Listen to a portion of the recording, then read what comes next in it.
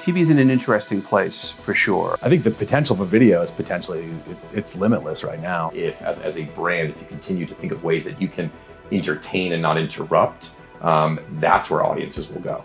The end point is ultimately the same, right? The end point is still to connect with the consumer and get a message across, whatever that message might be.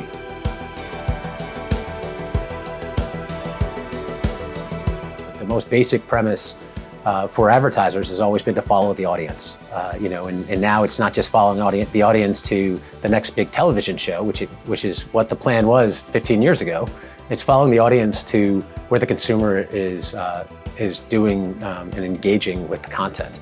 Yeah, brands need to suspend conventional wisdom and conventional thinking, meaning they are used to coming from a world where they dictate the terms that they're going to interrupt someone's viewing experience. They dictate the terms of the message that they think consumers want to hear. And now where I think things have gone is brands understanding and truly embracing that they're not in as much charge or leadership as they used to be in engaging consumers. Advertisers are interested in a lot of things when it comes to video. I think one of the things that we talk a lot about is authenticity and relevance. I see the video landscape going to a place where people will have to invest more and align with the best creators and storytellers around. There were 1.1 million reported cord cuts in Q1, largest of all time in history. But people are still consuming video. They may be watching television-related content, but they're consuming it in a different manner. I tend to believe that there's not enough premium video available to consumers on those platforms. I think it's just a question of shifting your distribution strategy.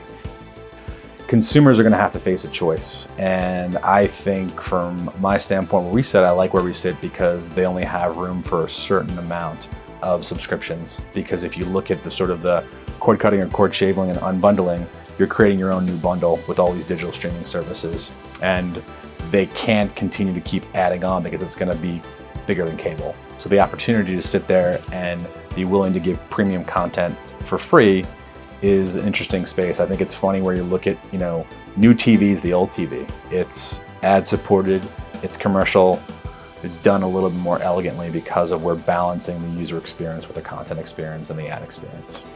When I was a kid, you would use those commercial breaks to go to the bathroom or to go make a sandwich. And you knew you had whatever it was, 2.5 or 3 minutes, and I could time everything. I didn't want to come back before the last commercial was on. I was a consumer.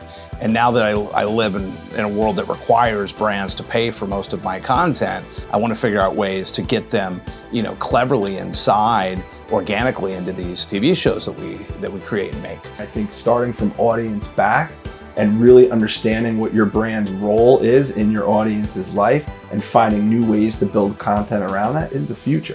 I don't think television by any means is going away. It's going to be consumed in a different way, which presents challenges, but with challenges come opportunities. So it's following the audience onto different platforms. It's following the audience onto different devices.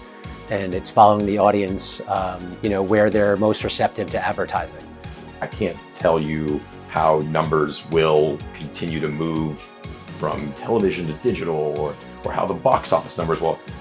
A lot of people will make assumptions on where that will go. But what I believe is that audiences will continue to flock to the best story.